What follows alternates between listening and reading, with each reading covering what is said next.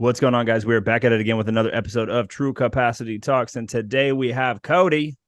This is actually an interesting way that we met. We met at a gym conference down in Orlando this year. Had some interesting conversations at happy hour. You probably can't tell on the camera if you're watching this. He is a beast of a human.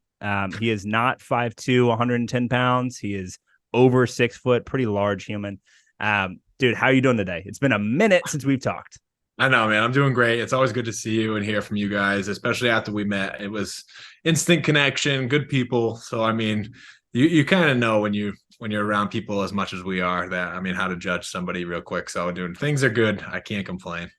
Heck yeah, man. Appreciate you having me on, by the way. Absolutely, dude. I appreciate you being consistent, man. I mean, you post, you're positive, you're uplifting, and you seem to just want the best for people. Like that's what it comes across online and what it came across when Samantha and I met you in person. So I kind of like to dive into a lot of stuff, dude. I was looking at your LinkedIn maybe yesterday or the day before, and you have a heck of a lot of work experience in like a variety of places. What I really want to hone in on, and just you can go as deep or as shallow as you want here, is you've been in the military since 2013. So it's 2023. That's about a decade, right? You're still there now. Now, you don't have to say what unit or any of that kind of stuff. And not need to put anyone on blast at all. But why did you initially jump in the first place and go into the guard? And why are you still there now? So it'll be 11 years in January. And actually it's a funny story. My brother sat down with a recruiter in our dining room back when we used to live in Templeton, which is like, back in 2012, 2013 when I fucking joined. I'm sorry. So I was listening in, and I've always wanted to join, and I just wasn't into it at the time. I was more into like the partying and doing whatever the heck I want when I want, and that was not working out for me so well. So I was listening in over in the conversation. I was like, oh, you know what? I'll join. My brother will go in. We'll go in together, and it'll be like brothers in arms, like really cool. He ended up not joining, but I signed up on the spot. Like literally, the guy was just like, yeah, great.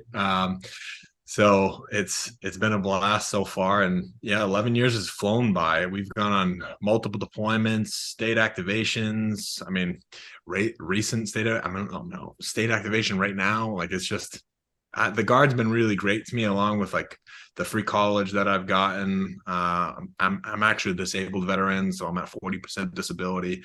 So I get free health care through the government. Like I recommend it for anyone, that's for sure.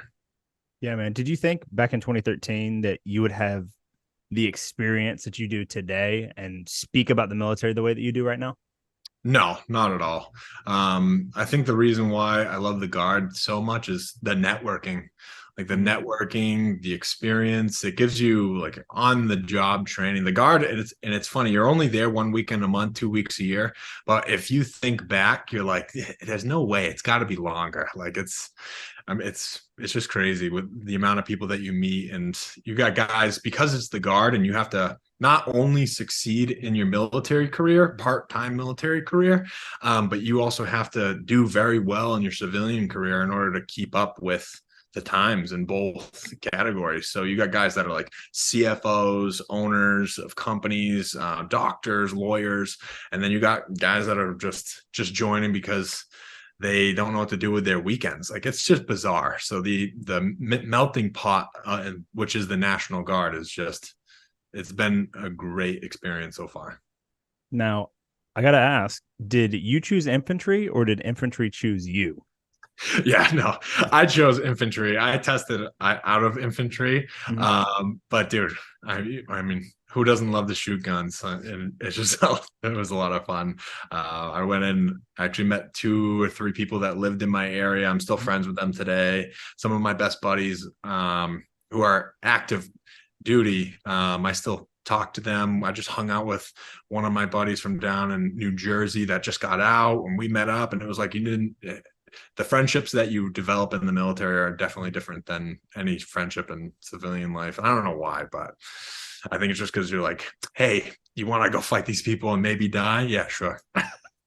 Yeah, it seems to be that, continual voluntary suffering, whether it be through training or through leaving family to go with the bigger purpose, seems to unite a whole lot of people a whole lot more than, smacking a fat check on a sales commission. You know what I mean? Yeah, that's so true. I didn't actually, that's the first time that I've ever thought of the correlation between like, military and like even bodybuilding per se. Like it's just, yeah, you're right. The like the voluntary suffering. Like it's kind of funny that I'm going to use that at some point soon. So, I mean, I appreciate it. Yeah, man. So when you went in back in 2013, right? You ended up getting your associate's degree, right? 2015, 2016. So you were in like a good 3 years. Were you in a position where you were also doing like regular civilian stuff, or was that kind of spin up training to get ready to rock and roll in the guard? So I went to community college before I even joined. It was actually for a girl at the time. There was Yeehaw. right out of high school. I got offers to go to different colleges to go play football, and because my girlfriend was at the time was a year younger than me, I actually stayed behind. Went to the community college that she went to, and it just that was crazy. So so um after I left boot camp and in AIT, I went back to college at community college, ended up in like 2015 going to Worcester State. I was only there for a semester, then we deployed. Got back, went to a community college in Worcester called Quinsigamond Community College, and that place was amazing. They worked really well with night classes while working full time. They understand that they're like, oh, not only are you working 40 to 60 hours a week, but you're also trying to better yourself through education. So they're very understanding there, and that was probably one of the better colleges that I went to. So you came out of high school playing football, decided not to go play football. Was high school the first time that you started smacking weights and you started moving weight there, or was it earlier than high school ball? I think it was earlier. So my dad is a huge influence in like bodybuilding or weightlifting for me. Mm-hmm. He's definitely one of the most muscular people that I've ever met in my entire life. He's just a big dude. He bodybuilded back in the 90s as a cop in Ashburnham, Mass. And after that, we started in like I want to say like sixth or seventh grade. He would take me in the mornings before school, and he'd be like, "All right, you want to come to the gym?" I'm like, just waking up. I'm like, okay. Yeah. How old are you at that time? I want to say I was 12. Damn, dad got you Yeah. lifting weights at 12? Yeah. Well, so it was very controlled. It wasn't like what you see now where people go to the gyms at such a young age and they're just messing themselves up and they don't look for any guidance because like, I know best and this is what I saw on YouTube or Instagram. And now my dad was very, very keen on having me lift properly. Definitely what I owe to like the very minimal injuries that I've sustained and during this huge stint of lifting. And it wasn't until I was 24, 25 where I started taking it extremely seriously, like eating very properly, not partying, and going to the gym at least once a day. Yeah. Have you rolled back in with any sessions with your pops more I recently? have. So yeah, I mean, actually, after I met you down in Florida, I popped well in Orlando. I popped down to St. Pete where he lives, and we hit. I think I was there for 2 more days. We went to the gym both days because it brings back like a euphoric feeling. I'd be like, dude, I'm lifting with my dad. Like I thought it's probably one of the best feelings ever is to go to the gym with my dad or my brother. Yeah. No, that's interesting. Did you did you see him like when so you started lifting at 12, but like let's go back to like maybe 5, 6, 7, 8. Was he very big in fitness at that point himself? And you were able to kind of see that as you were growing up before you even worked out with him in the first place? Oh yeah, and it came from everywhere. So like even the food he would eat or like the meals that like my mom and dad would prep for us as kids. We were a very I don't want to say like we were poor, okay, but we were definitely broke. Where to the point where like yeah, any meal that they cooked would last 5 or 6 days, and it would be like by the pan. And you'd be like, yeah, what do you mean? I'm having leftovers lasagna for like the freaking fourth night in a row. Or no, I'm just kidding. It would be like American chop suey, or shepherd's pie was huge. So I mean, all of that kind of traded off. And yeah, you're right. I definitely looked up to him a lot. I mean, he looked like Superman. I mean, he was just, because I was just so small at the time. And now that now that I've gotten a little older, he's shrinking because he's like 65 now. And so when I look at him, I'm just like, hey, what happened? Like, where are you going? Yeah. Yeah, definitely. That's I mean, that's a blessing, man. Do you think that you'd be in the same position caring about fitness the way that you do, like involved in fitness, involved in health, involved in bodybuilding, putting forth a life with you and your lady where y'all are both at the forefront of your relationship is physical health, right? Do you think that that would have as much of a priority in your life today if you hadn't seen your dad doing that? It's hard to say, but I doubt it. Most people that come into into bodybuilding, or just care about their physical appearance, or like their physical ability at all, usually come from families who, I mean, their brother cares, their father, their mother, or anybody. You see these families that don't care, and it usually goes generation, and you're just like, that you can't help everyone. So no, I'm very appreciative. My brother was a huge kid in middle school and high school, and he was just really heavy, really unhealthy. And he finally got it together like 2 years after he met a girl at the time, and she like forced him to go to the gym and get his shit under control. So watching him, actually, he's the one who really inspired me to actually get into it. He did it when I think he was 22. Mm-hmm. And I was like, what am I doing with my life? I got to this point where it was like the dreary 9 to 5 job, and it wasn't really 9 to 5. It was like 7 to 6 at night, and you'd be like, what am I doing? But you'd get home and like have a drink, because you're like, this is what it says I should do, and like all the movies that you see, you're just like, oh yeah, get home, make a whiskey, and like make or have a beer, like whatever. So I mean, I got really heavy, and I also got Pell disease my last deployment. And What would you got? What? Pell disease. Whoa, what's that?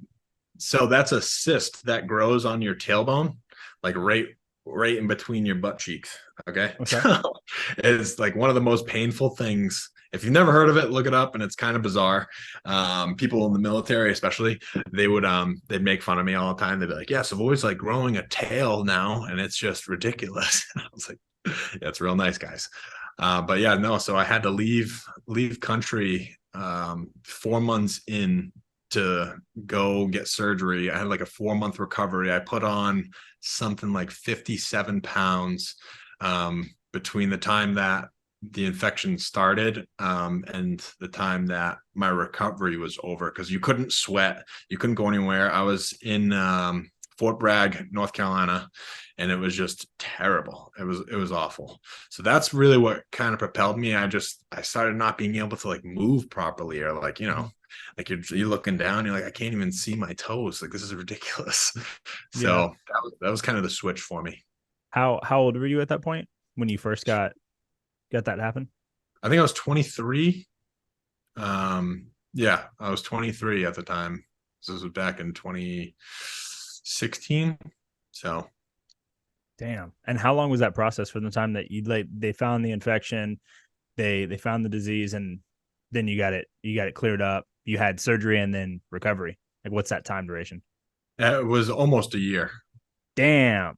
That's a lot of downtime. I know. So I mean, it sucked, because they found out about it right before we left in Moab. So that's where you go right before deployment. And then they were like, you know what, just take these antibiotics and you'll be fine. So then I went overseas.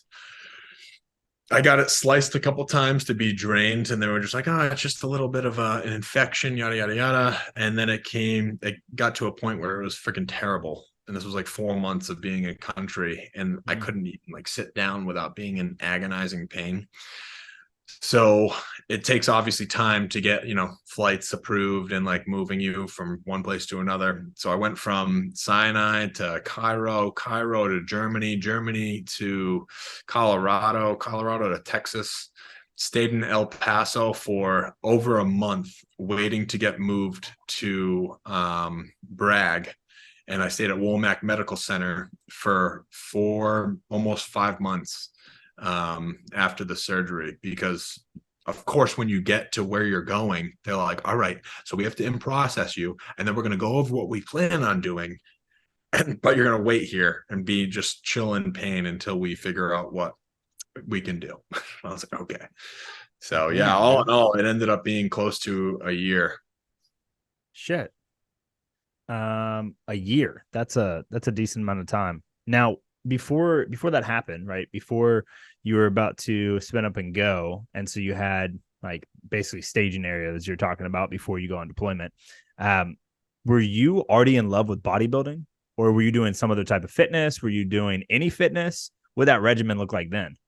I definitely wasn't super into it because I had been lifting for so long, just through like middle school, high school. And then when I got out of high school, I think it was like a year after, where I was just like, man, what am I doing? Like, I'm not playing any sports anymore. I wasn't really working towards anything. It was really just like, oh yeah, I got big biceps.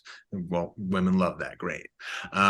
So it was actually when I finally got back into it when I was 24, it was almost like I found something to start training for again, which was these bodybuilding competitions where you just kind of challenge yourself. Because without that, I just didn't have an end game or an end goal.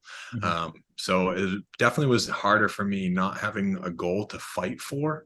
So I think that's what a lot of people are losing, especially when you get the guys that always talk about, like, high school football days, and they're stuck there. I'm like, yeah, man, because you're not out there like doing anything else. Like, you have nothing else to fight for. Go find something. That's why a lot of guys, I love CrossFit for literally everybody, because anybody can do it. But that's also why I love bodybuilding. Because you could be 60, you could be freaking 14, and you'd be a bodybuilder. I mean, personally, I think CrossFit, powerlifting, and then like whatever have you. I think it's all bodybuilding, because your body's changing every day. You're working towards some specific goal. So, yeah. Yeah. Okay, so you were kind of off it when you decided to not take the offers to go play college football, right? And stay and chase the lady, which I would have to guess is not the same lady you're married to, right? It is definitely not. She's a great girl. She's awesome. We're still friends, I think. So, well, that makes sense. That's like, yeah, five girls ago. Wow. Okay. So, like, if you were to take her out of the situation, did you really have big aspirations to go and play college ball and make that and try to go to the next level after that? That was my dream growing up, for sure. I think it is for a lot of kids. But I mean, now looking back and thinking, it was just crazy. You're in such a small town in Templeton, Massachusetts, and you're just like, oh yeah, I'm on top of the world, and it is true, where you're like, you're just a big fish in a little pond, and it's like I had a graduating class, I think, of 96. Damn, like, that's pretty small. So small. So, I mean, bodybuilding gave me that whole like fight again, where I was just like, oh shit, like, and I mean, just like we are right now. I mean, you're down in Georgia. I'm like, we would never have met if it wasn't for the gym, and I think that's the coolest part. I got friends out in California that I've never met before. I just met through social media, just because we liked what each other posted, and then we went from there. So, I mean, that's the cool part about, I think, our industry. Yeah, no, it's definitely interesting there. When you were playing football, I'm curious here, right? What position were you playing? And on a scale of 1 to 10, how much did you love it? Oh, well, I loved it. It was a 10. When I was playing, it was like nothing else in the world mattered. Like, it was just that was the coolest part. Friends that you have, I mean, you still call to this day, and they'd be like, "Hey, what are you doing? Like, you want to come hang out?" Like, that's cool. I mean, it's because also you grew up with those guys. I did play one season of college ball, but that was the worst decision of my life. I think I was like 24 when I went back to play again. Like it was so stupid. But no, I mean, I loved it. I was a running back and a middle linebacker. But I hated defense. We just, like I said, we had a small school. So you not only so I was the kicker, I was the punt returner sometimes, along with my buddy Jay. We did like some weird formations where I was like a wide out, but I was also like the field goal kicker. Like it was ridiculous. Dude, you're more of a utility player than Travis Hunter these days. Like that's ridiculous. You're playing both sides of the ball and you're playing all three phases. We both sides of the ball and special teams. That's wild. So there was only 2 games my senior year where I came out at all. And it was only because we were beating them so bad in the playoffs. I think I came out at halftime and it was just done. But it was kind of bizarre because you think about like, the college ball and then the professional sports, and you're like, how on earth did we play 2 hours of football and you're just like, you never came off the field? So it's kind of funny. Yeah. When you were playing both sides of the ball and special teams, what kind of lifts were you putting up? Bench, squat, deadlift? Were you power cleaning, any snatching, any clean and jerks? Yeah, so it was all Olympic lifts. That's I'll say at the beginning of time, and then I had a strength coach, Scott McCartney. He's the one who introduced me into like all the Olympic lifts, and I mean, I think I benched a 315 as a junior that I can remember. And then I remember box squatting, not that box squatting matters as much as squatting, but I remember doing like 405 and I was like, oh, this is sick. Dude, in high school, our strength and conditioning coaches very similarly, they're like, we're not going full range of motion. They were still on the vibes, like no knees over toes, right? If your knees go over your toes, you're going to tear something. You can't play ball for us. That's crazy. Yeah. But it was legitimately like we would do back squat days, right? We rarely front squatted. Right. Yeah. Rarely. We did back squat days, but it was mostly to like a plyo box. And they were the shitty ones, or in my mind, they were the shitty ones because they're the wide bases and then the teeny tops. Yeah. And so like your butt fits on there, but if you miss it on one foot when you're trying to do plyometrics, like you're busting ass. Absolutely. You're hitting the ground. Yeah. Or you're like, because you don't feel the seat right away. So your heel always hits the box first. And you're like, yep, just going to go ass over tea kettle. Yeah. Yeah, bad. But it's super interesting. I think that, our coaches and maybe you have the same experience or maybe you have a completely different, but our coaches tried to do their best. A lot of them just didn't have the education from a kinesiology or a biomechanics standpoint to really know, and they hadn't coached at a high level. So they didn't really know necessarily how to make sure that we could stay healthy, we could be explosive, and we could also learn proper form. Like when I went into the first CrossFit gym after clean and jerking and snatching and squatting, but in high school and middle school, like the end of middle school, just light weights. I remember the coaches looking at me like, are you an idiot? That you think that's proper form? You're gonna break yourself, dude. Yeah, no, I mean, we I don't know if you ever heard of it, but we followed the Bigger, Faster, Stronger program that I'm pretty sure they sent it to every high school in the nation. I think that was us too. We did like the dot drill, freaking shuttle sprints, and then it was mostly just bench, deadlift, power clean, squat. Like it was just, and then like I love my coach to death, like my high school coach, but it was so funny, man. Like he'd be like, yeah, you got this. And then somebody would do it completely different. He'd be like, yeah, good job. And I'd be like, oh. I'm like, one of us is doing it wrong. And I want to know which one it is. Yeah. Yeah. That's funny. Did y'all have the 700, 800, 900, 1,000-pound club shirts? Oh, of course. Oh, dude, we wore them around like medals, man. If you got into whatever club. Yeah, 100%. You're like, walking down the hallway with your books in one hand, got your 1,000-pound shirt on, dude, everyone's staring. It's so funny though, because my son now, he's just playing flag football and they gave him these cool jerseys, like way cooler jersey than I ever had growing up. And that I can't get him to take it off. Like whenever we go, and we did a freaking haunted hayride last week and he's wearing his jersey and I was like, Dude, this is what I looked like when I was playing. I was like, oh, I couldn't take it off. I loved wearing it. And I think it's funny how it's generational and nobody cares. Like they love it. It's just a sense of pride, I guess, especially with the 1,000 pound club. I mean, that was badass. If you lifted 1,000 pound, it'd be like, don't mess with that guy, even though like nobody can fight anyway. You're just like, what the heck? Yeah, it would be the little squabbles in the locker room after practice where everyone thought that the guy that lifted the most was the best fighter. The guy that lifted the most was the most explosive in every scenario. Like, hold on, the actual person that you shouldn't mess with is our wrestling team captain that plays middle linebacker that's sitting over there in the corner, not saying a word. Right? That's the guy you probably shouldn't, because when pads are off, he'll still throw you on your head. Yeah, all day. Absolutely. Dude, that's so funny. I think it's hysterical.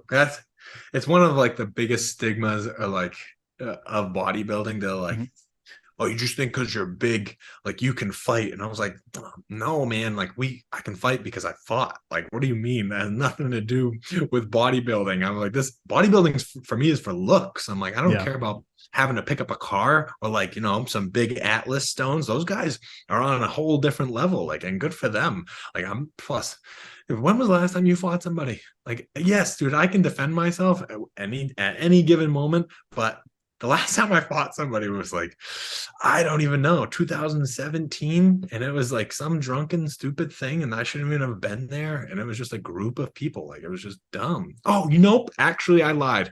I got jumped by a group of people saving these girls from a house where they were drunk at. And that was back in 2015.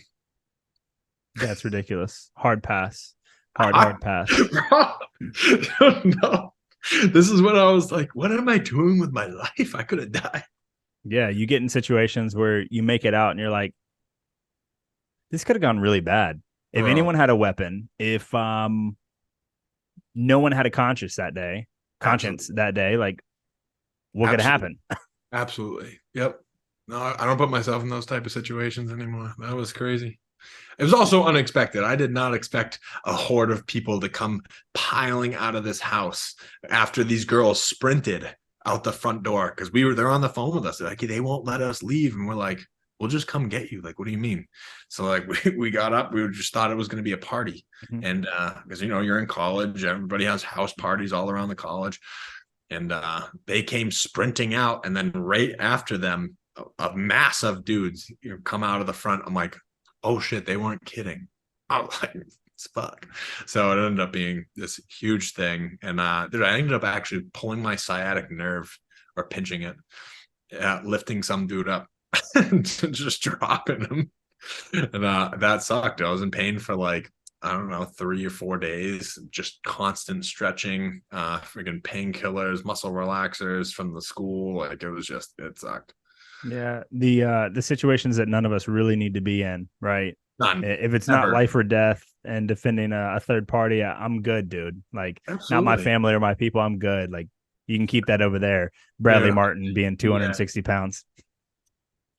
Well, I mean, hey, I'm pretty shredded right now, and I'm 235. So, I mean, Brad can come and get it whenever he wants. That's hilarious, dude. First of all, two things. One, I didn't know you played a year of college ball at 24, and number two, I didn't know you had a kiddo. Right? Oh yeah, Brielle, my wife, she's got two. I met them when they were 2 and 3. So they just turned 6 and 7 and 8. Damn. Okay. So they won't know a life without me. Like, it's pretty cool. Actually, we just got them like this kids Facebook Messenger thing. And just so they can message their cousins or whatever. But they end up calling me all the time, because of the way the situation is. I don't see them much during the school year, because they got to go to school out where their school choice is. And we had to move for the business. So I don't see them Monday through Friday every week during the school year. So they'll call me. Like, Kira called me last night, and she goes, where are you? When are you? Get over here. I want to see you. I miss you. And I was like, yeah, I can't, but it's video. It's like this. It's video. Like, it's so that it was cool, man. Like, they're growing on me. I never wanted kids. It was just me and my dog for like 4 years, and then they came along, and I love them to death. So What do you think the biggest lesson that you've learned from the kiddos is? Um, that they're always listening. They're always listening. Like even if you don't think they are, they know what's going on. They're way smarter than you think, and they just want to be you.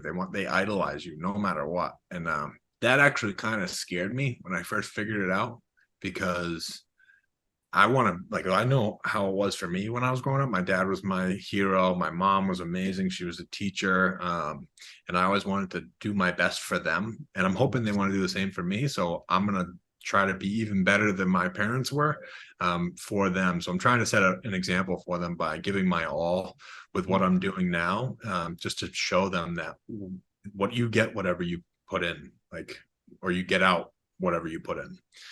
So Yeah. yeah, that's been the coolest thing. And they love the gym now. They can't wait to lift. Dude, that's awesome. Do you think that, from an idolization standpoint, right? Like kids mirror like words, kids mirror Super. actions, kids mirror everything. So you got to be very careful what you say, right? Not go too far off on the deep end because it will come out at school and then you'll be getting a call. Dude, I'm super bad at that. Do you think that there's a place in your character, or the way that you're showing up for your lady or for them right now, that you need to improve on to make that better impression on them longer term? Yeah, definitely. I've been trying to watch what I say. And give me 1 second. Nope, we're all set. Sorry. Um, I'm in a hotel room right now, so All good. I'm sorry, what was the question again? Do you think that you have a deficit of character anywhere, or somewhere that you need to improve to be a better impression or be a better leader for the kiddos? Yeah, so I've been really trying hard to watch what I say in front of them, by not swearing. My parents never swore in front of me, very rarely swore in front of me, and I kind of took that for granted when the kids were around because I was like, oh, I'll just do whatever I want. They just can't do it because I do it. I'm the adult and blah blah blah. But they're always learning. So I mean, I'll catch them sometimes like flipping each other off, and I'm like, hey, you can't do that. I don't even do that. I don't flip people off. Like, where are you learning this? So trying to like make time for family, like especially during bodybuilding, because like I said, it's very isolating or isolated. So you never want to be around anyone, let alone like screaming kids. They're getting better now. They're actually amazing now. Now you can have like actual conversations and they understand what's going on. And because they've been around it so long with like the meal prep, they help with the meal prep, or like, the eating very minimal food. Like they understand. They're like, Mom, I think Cody's hungry. He's kind of grumpy. I'm like, yeah, obviously, this. Like, I want a freaking Snickers bar right now, and I can't. Yeah. Okay. So we're talking language, and then we're also just talking, just making more time, quality of time there. Yeah. Oh, definitely. Yeah. No, I think I think intentionality is something that we often miss, right? Especially we're taking for granted time with kiddos, right? That want to be your best friend, that want to be like you, that want to be in your life. And sometimes, I know for me with my sister's kids and even dogs, sometimes I'm like, can you get out of my face? Can you stop trying to sit in my lap? Can you just go to the other side of the room? You know? That's so funny. It's so true. They do want to just hang out. I don't mind them hanging out with me. It's gotten, like I said, man, I never wanted kids. I still didn't want, like, I don't think I want my own. Even though I have my own, I don't think I want my own. Yeah. The kids that I hear what you're saying. Yeah, right. Okay. Yeah. I mean, anybody who's outside looking in, they're like, no, yeah, I get it. But it's very hard for me to explain to Yeah. people that don't understand. I'm just like, oh yeah, no, I want these ones. These ones are mine. Mm-hmm. But so yeah, we definitely try our hardest with them. Like I can't, I'm trying to give them the world. Like And that's not me saying that like I'm going to buy them whatever they want and they're going to do whatever they want, but it's I want to give them the opportunity that I didn't have, where like, you know, if they want a job, I'd be like, hey, you can come work at the gym. I'm like, if you want this money to buy this car, you can come work for the gym and come, you know, clean machines or, you know, whatever, lead classes, get your CrossFit certification, be a CrossFit coach, whatever. So I mean, it's cool, man. Get you know, be able to lead by example, not necessarily just spoil people, right? But give them an opportunity to grow and to learn things sooner than you learn them, because they have opportunities when they're younger. Yeah. So that makes sense, man. When you played college ball, right? 24. Right? How the heck did you get there, dude? Because you're like your timeline is kind of all over the place. How the heck did you get back to a place where now you're like, oh damn, I gotta start Olympic lifting again. I gotta get in here and crush this. Why'd you go back to school to play ball? Yeah, so it was right before we deployed. So it was 2016. I'm trying to do like quick math in my head. So I would have been like 6 years ago. No, 7 years ago. So I would have been 2023, I think. Dude, I don't know. Things just weren't going my way. So I was like, I'm gonna go to college, get my degree. Maybe that's what it is. Maybe I need a degree. Went from making like $62,000 a year with Lewis Tree Service, climbing trees, and I left that to go to school full time because I was like, oh, you need a degree. I've tried it the other way, it didn't work. And then I was like, while I'm here, I might as well play football. I hit up one of the coaches that was he scouted me back when we were in high school. And he's like, yeah, if you want to come and play. So I was trying to be a running back there, but he was not having it. He's like, you're going to be a defensive end. And I was like, all right. So it wasn't too much fun. I think I was on for like 8 or 9 games. And then I actually pulled my sciatic during that football season, and I was like, no more, too old for this. I didn't keep up with it, nor was I taking it seriously. Like I was trying to have the college experience by going and partying and doing whatever the hell you want, instead of like, you know, if you went out there right after high school with actual aspirations to go to the NFL, you'd be at the gym 4 a.m. freaking doing cardio and lifting and eating correctly, or at least getting enough protein in to, like, you know, not have your body break down on itself. So yeah. And watching film and spending time, like dedicating yourself to it to try to go to the next level, not just be here. Yes. No, that totally makes sense. So, I mean, was that about the time that you had met your now wife? Was that it's way later? Yeah. So I met her in what fucking year is it? 2023? It's 2023 right now. So I think I met her in 2019. And after I met her actually at the gym, and that I used to be the assistant general manager at over at Impact Fitness. And once we met there, we ended up getting lifts in together. I was single at the time. She was single at the time. And she used to go to the movies alone. And I was like, you're a weirdo. Like, why would you do that? What?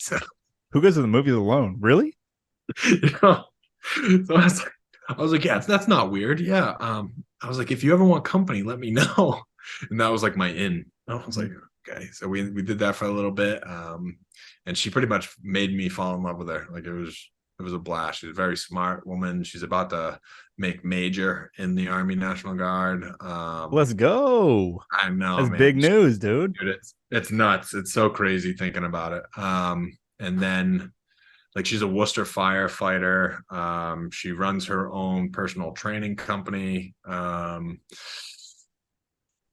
she's a mother. Dude, this woman does it all, dude. Dude, I just think of the Bill Burr skit, though. Yeah. And she does the hardest job in the world. She's a mother. And, bro, I just lose it. It cracked me up. But no, she's Wonder Woman, and it was almost hard to keep up with her at first because she's always like, oh, you know what? I've done this. Now I think I'm going to do this. I'm going to introduce this into my scheme of fucking life. And I'm like, dude, slow down for a minute. Like, let's focus on one thing. But no, she wants to tackle everything or help everyone. Like, it's unreal. Yeah. And so it sounds like she's involved in a lot of things that are health and wellness related. I mean, not only first responder side with being a firefighter, but also, I mean, you have to understand health and wellness, right? You have to keep yourself in physical shape to be able to do that.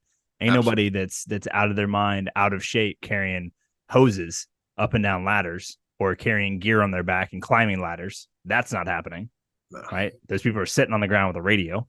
seriously. I know it's so funny because I make fun of her all the time for being a second responder. Um, Second responder. I'm just kidding. I just did it because That is my boss bad, dude. my boss is a firefighter as well. Mhm. Like he's a good dude. But no, they cracked me up. I was like, what other job? I'm like, can I legally fall asleep at my job and still get paid? And they're like, shut up. And I was like, I know. But no, they're the stuff that they do, like the air tanks that they throw on their back, they're all the same size. There's not like a bigger one for men and then a smaller one for women. So like everything she carries being 124 pounds is the same for these guys that weigh 250 pounds. And it's just, she's constantly having to prove herself that she can do it. And it's just, it's hard for her. But I mean, hey, when you're working 97 days a year full time, then you can kind of suck it up for those 97 days a year. Yeah.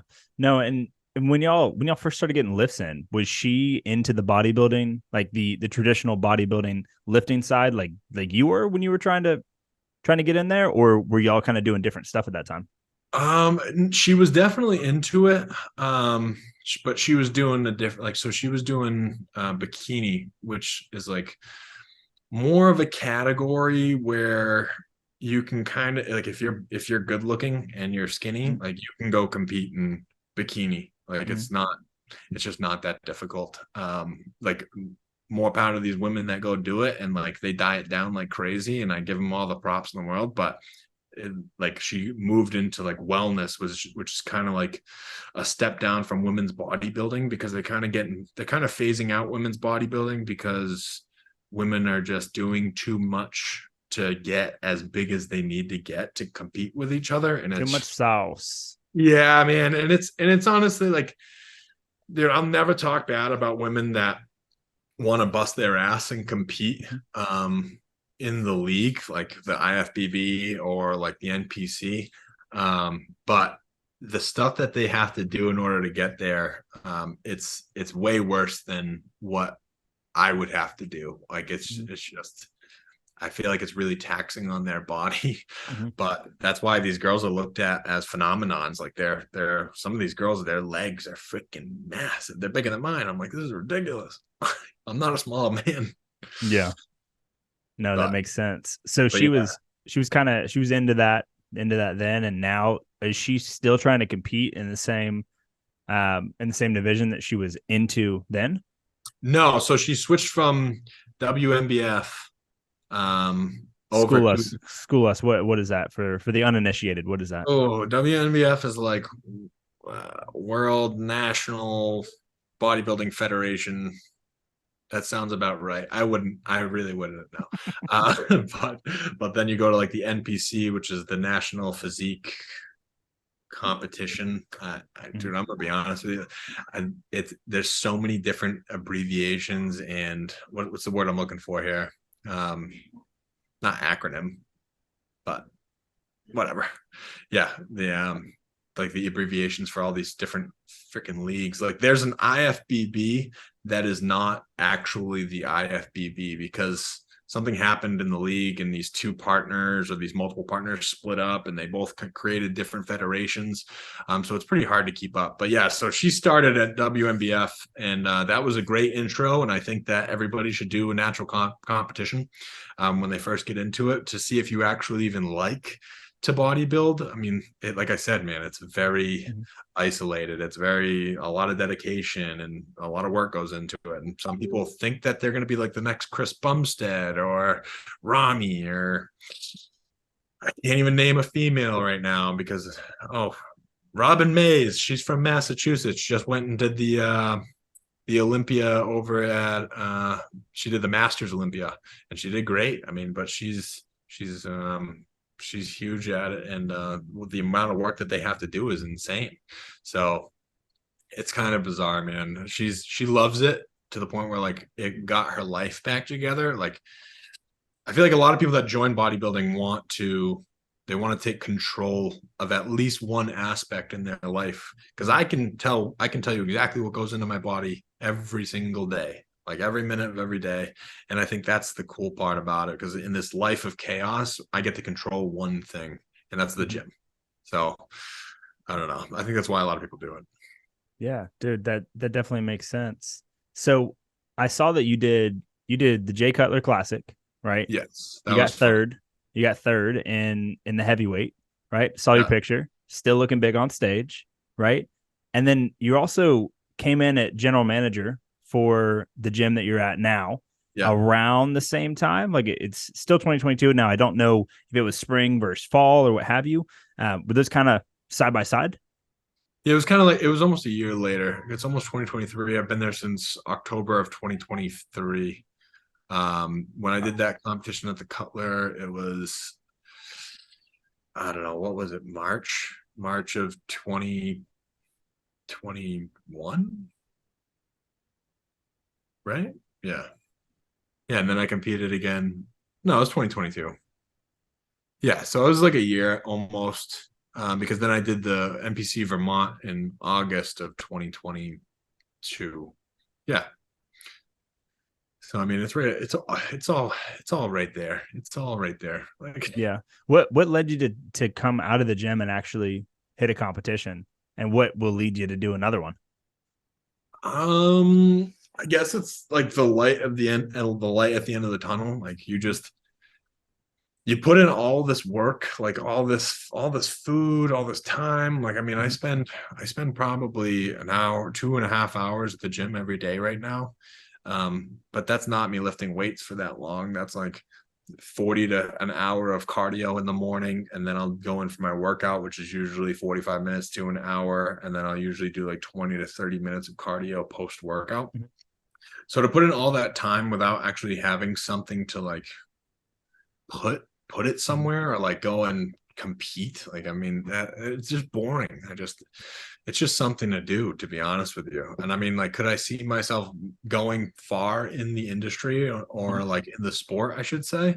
Yeah, I mean, if my body doesn't fall apart on me, I'm going to take this as far as I can go. So only because if I didn't do this, I'd probably be like 300 pounds, just drinking every day, partying on weekends again. Like, it gives my life meaning.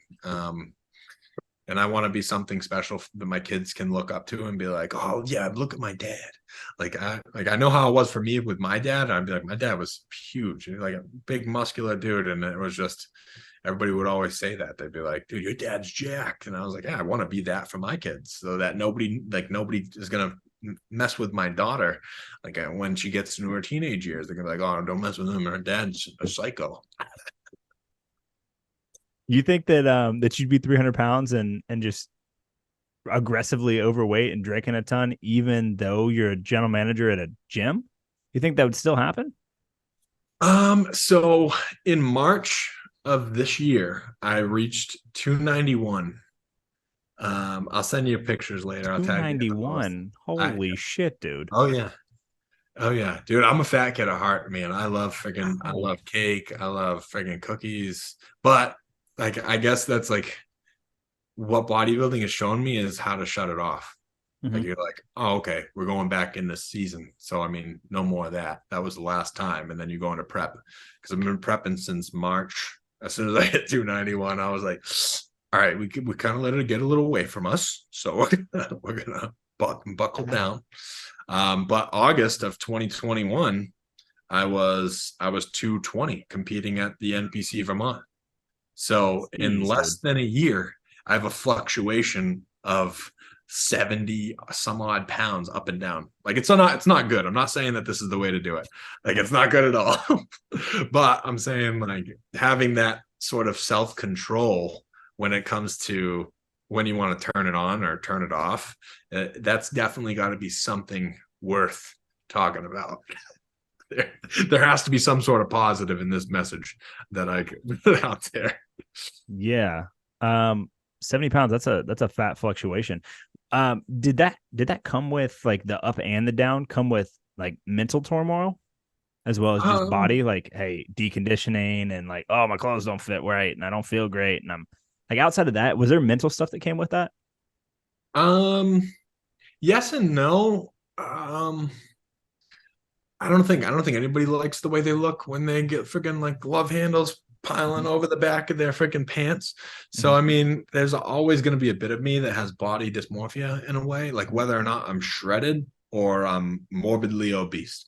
Like I'm always going to look at myself and be like, there could be something we could do differently. Mm-hmm. But I mean, it depends on like what's going on in my life. Like with the opening of the gym, we sold our house, we bought a house. So we moved like 3 times from our house to an apartment into another house. So dude, it was just very stressful from when I competed in Vermont to March of 2022.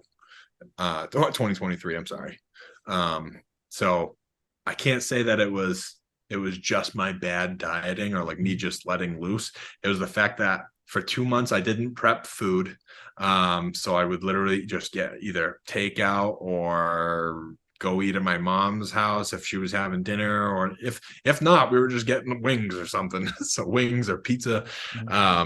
So that was for like 2 months, 2 or 3 months straight, because we were in a point where we weren't living at the place that we were living at, but we didn't have a permanent place because we were buying another one. So it was just a lot going on at the time.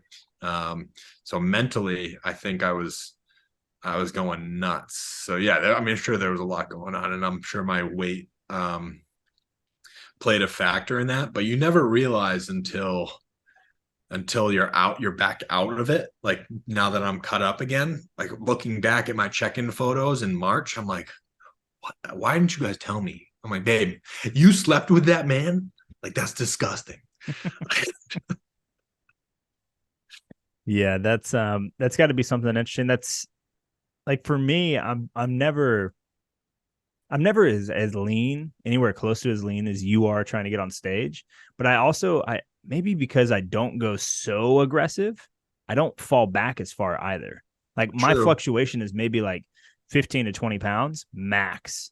Like right now I'm 235. That's perfect. I'm perfect. I'm 235 right now. And could I stand to be 205, 215? Sure. But like, dude, I'm not counting macros. I've hit my protein number and I'm eating what I want to eat. You know what I mean? But we're going out tonight, so no. I'm doing what I want to do. So I don't know. To me, it's interesting, and it's cool to hear though that, mentally you didn't necessarily have, with that 70-pound fluctuation, you didn't have like a, because I hear from, and I've seen when in interviews, posts like big shows, Arnold, etc., and where people are talking about like the mental aspect of it when you get in like stage lean, then the reintroduction of body dysmorphia at even your most lean, that then carries on. Like, it's always been something very interesting to me, because everyone looks at themselves, no matter how jacked you are, how juicy your quads are, how big your ass is.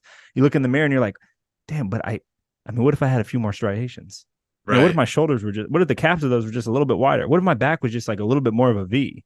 And I don't know if that for you was something that young you thought about, but I think since I started lifting weights, I've always been like that. No matter what I looked like, the minute I touched weights and was able to see myself in the mirror trying to actively get somewhere, that was when it started for me, where I never let that go, no matter what my body looks like.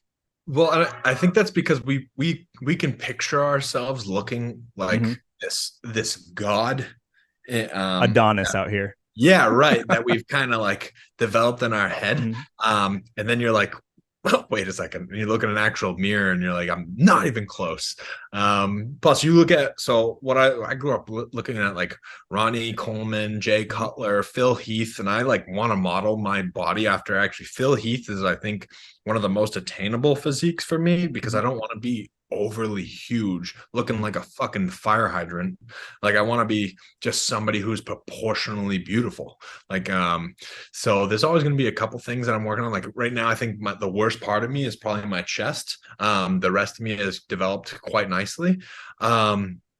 but yeah, I think people have a certain vision for themselves, and you're never gonna get there. Like it's never gonna happen. So yeah, body dysmorphia for me when I'm actually competing, it definitely goes both ways. If people are like, oh, you just look good, so you automatically like don't care about what you look like, and I'm like, that is not true. I probably care more than you care. The only difference is I don't whine about it. Like I'm just gonna be like, all right, well this year during our bulk, I'm gonna work on X, Y, and Z so that I can attain those things, instead of me making excuses and just saying that, oh, well, this guy's genetics are just better than mine. Like, fuck. Yeah. I mean, it seems like the cop out answer is not the answer for anyone, right? At least if you're in a position where you think that, hey, I want to be more, I want to be better, I want to improve. Like you can't take a victim mindset. No.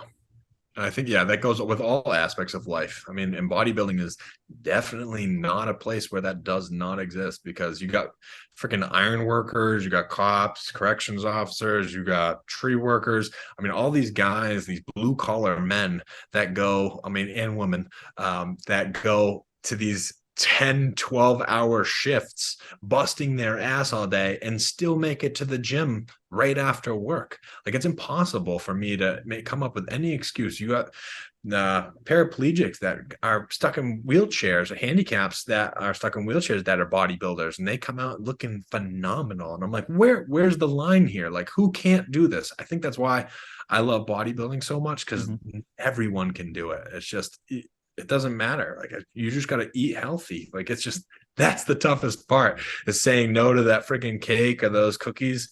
Actually going back to what you said about like, I think it's because you haven't gone too far into it that you don't fall off as much. I literally hit me the other day that I was like, you want to know why I gained so much weight? I'm like, it's because I went 6-7 months. Like right now I'm on month 7, without having a cheat meal or eating anything with sugar.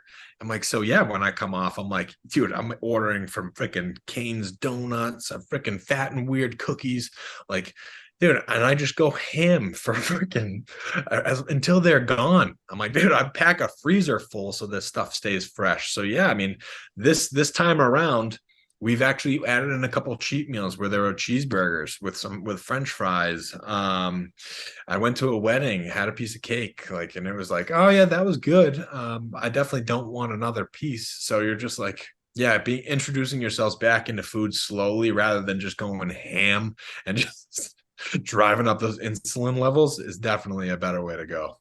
Yeah, and you can see someone like Patty Pimblett in the UFC, right? He goes Yes. from shredded for weight cuts for fights, and then a month later he looks like a balloon, That's so right? true.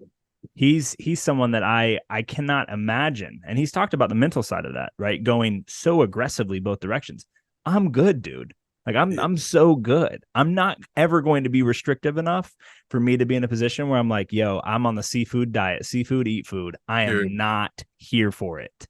no, and that's so true. I mean, he's talked about it a couple of times, and I've definitely watched a few of his interviews where he's just like, "Yeah, after I fight, I have a freaking whole pizza right after." Like he's like, "I'm starving. I'm in the worst mood ever going into a fight." And I was like, "Yeah, dude, you look it." And then, like people are like, why would you do that? I'm like, wherever there's anything good in life, there has to be sacrifice. Otherwise, everyone would do it, and that goes with everything. And that's why people like my mom, God bless her soul, like every time I see her, she'd be like, oh, Cody, I made this, and it's this person's birthday, or it's this holiday, like, are you guys gonna come over and eat? And I was like, no, like, I'm freaking dieting. I'm like, I can't cheat, like it's just not a thing. So she's very supportive into it. She's kind of terrified about it at the same time. She'd be like, oh, this person died, and I'm like, yeah, ma, like that stuff happens all the time. I'm like, pull up any of like all the obituaries. I'm like, there's freaking 22 veterans that die an hour. Like I just don't know what to tell you. Like people die all the time. It just so happens that sometimes those people are doing things that they shouldn't be doing. Yeah, and it's interesting. I think that we're so afraid of what happens next. We're so afraid of what happens if we don't get to live out the life that we want. Where we don't live or other people around us don't live the way that we want them to live. And I can say the same thing probably with my family, my mom and my sisters. I mean, like, they don't love what I do day in, day out. They don't love the persistence that I have on the physicality either, because it makes people uncomfortable when me and my lady, right, we go over there for lunch on a random Sunday to go hang out with the family, and everyone's eating cake and ice cream and we don't touch any of it. Yeah. You know, it makes people uncomfortable. Like, oh, come on, it's just one scoop. Oh, it's just one slice. Oh, it's just like, oh, how about some pressure positively, not negatively? How about any acceptance that, like, maybe we don't want to do that because we have goals that this will derail us. Dude, but so where else have you ever heard that type of peer pressure? Because I'm pretty sure it's drugs and alcohol. Like, come on, man. It's just one line. It's just one pill. It's just one drink. I'm like, dude, the sugar is one of the most addicting things in the world. You go through one of the worst withdrawals ever when you're withdrawing from sugar. I'm like, and people have no clue at all. People are like, oh, coffee over everything, coffee for life. Don't talk to me before I've had my coffee. Your coffee is whiter than this flipping wall. Like, it has nothing to do with the actual coffee. It has everything to do with the cream and sugar that you put into it. Like, I'm sorry, but it's all bull. It's all bull. Everyone's like, people are addicted to sugar. Like, it's just, yeah, it's too easy.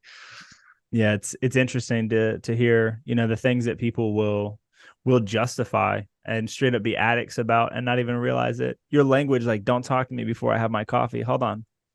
Don't do an action when you're awake and cognitive without having something that you can't live without. That's called an addiction. Right. Oh, absolutely. And the thing is, I think it's interesting because we demonize the coffee. It's not the caffeine. No. Right? It's not the caffeine. It's everything that you put in it, because if it was the caffeine, right, then you'd be drinking coffee black. And absolutely. I don't see very many people doing that. No. Nope. Very few people. Because you don't actually like the taste of coffee. Like, oh, I love the taste of coffee. I'm like, bro, you're a freaking hazelnut macchiato, espresso shot, double whip, freaking blah blah blah. Like, that's not coffee. Oh my god. There's few and far between people that actually love bourbon for bourbon's sake and love coffee for coffee's sake. There's very few people that are actually like that, comparative to most that are just like, oh, I made my whiskey Coke though, right? My pumpkin spice latte with a double shot of espresso and 3 whipped creams. Like, all right, dude. You know, there's levels to it. But I think it's interesting, and it's important to understand kind of where our own blind spots are. And I think a lot of people probably that you encounter in the gym, maybe even running the gym that you do, that, like, people are not too aware of the things that they hold most dear until you hand them a mirror and you flip it around and you hold it up to their face. Dude, like, holy shit. Going off of that coffee thing, like, people come into the gym and they'll be like, oh, I just don't know if I can afford the membership. And I was like, well, I see you have an extra large coffee is sitting on my counter right now. I'm like, how much did you pay for that? Oh yeah, like $5. Okay, well, multiply that by 30 if you have one every day. There's $150.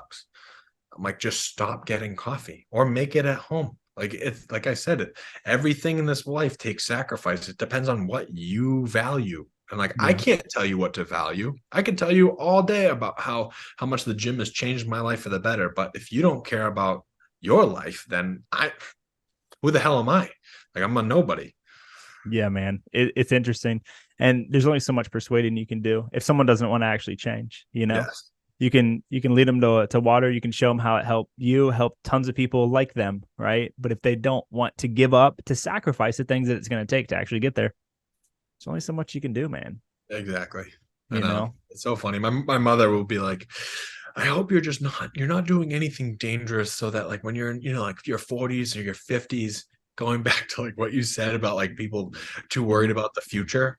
I'm like, yeah, Ma. I'm like, listen to me. I was like, if I wasn't doing this, I'd either be dead or in jail or just miserable. I was like, so you don't worry about me, because you did a great job getting me where I am now. I'm like, but now I'm going to do whatever makes me happy that I can use to better myself in life. So I told her that we had a long talk the other day, and she was like, oh, okay. Yeah. No, it's interesting. I mean, I don't see necessarily eye to eye with my familia either. But there's mutual respect, right? Like you're living your life, I'm living mine, and we're gonna do our best. I want to respect your time. I know you're a busy man, you got a lot going on. What's the North Star, right? Really, final question here. What's the North Star for Cody? Where does Cody want to be with health and wellness? Where do you see yourself? And let's get a little future focus for just a second. For the career side, it would have to be somewhere where, uh, like me running my own place, and maybe have a couple of them or a few of them. Probably one down near you in near Florida, so I could be a snowbird at the same time while traveling a little bit to help people as much as I can. Just try to better themselves. And for bodybuilding though, I'm trying to go the limit, man. To be honest with you, if I can make it to, I mean, you see these guys, like Nick Walker. He looked like nothing when he first started, and it just proved my point that if you can stick with anything long enough and give your absolute all, then you will make it. It just depends on how long that you can stay motivated and dedicated towards your goal. So I mean, I think my goal would be like to compete in an Olympia at some point. That would definitely be the dream. But I mean, you got to take, the steps to get there and enjoy the ride, and the process to get there. And I've definitely fallen in love with the process so much that I wake up every morning just in love with what I do. So it's just time now. Now you just got to keep grinding and hope that your body doesn't give up on you. The world doesn't end, and you'll be good. Fair enough, dude. I think that's a very positive future. If anyone's listening to this, right, either on Spotify, any streaming site, or watching this on YouTube, I mean, where can the people tap in with you? Where can they find you? How can they get in contact if they're like, hey, I want to talk about potentially coaching with you and your wife. I want to talk about, developing a relationship, a friendship, someone else that we can support one another online. Like I'm trying to go and do bodybuilding too. Like, where can the people find you? So I mean, it's mostly Instagram is probably the easiest way. My email has been used a few times. It's just, it's kind of more difficult. So I usually just tell people to find me on Instagram at Savoy Uncaged, and that's probably the easiest way to find me. And I'm obviously so welcoming to anyone that wants to either get into the sport or change their life just for the positive in general, not just bodybuilding. I think bodybuilding just gives you the parameters of what you're trying to do, and you're trying to put it in the most simplistic way possible by being like, here's your meals and this is what you can eat. I'm like, if you eat all of this, then you're done for the day, and then that's it. So I mean, it's having that discipline that's the fun part. Cool. Well, I appreciate you making the time. This is a good time. I'll have to do it again. Don't go anywhere, and I'll link your Instagram below inside YouTube and on our streaming sites in the show notes so that people can find you. And hang on 2 seconds. I'm gonna stop the recording.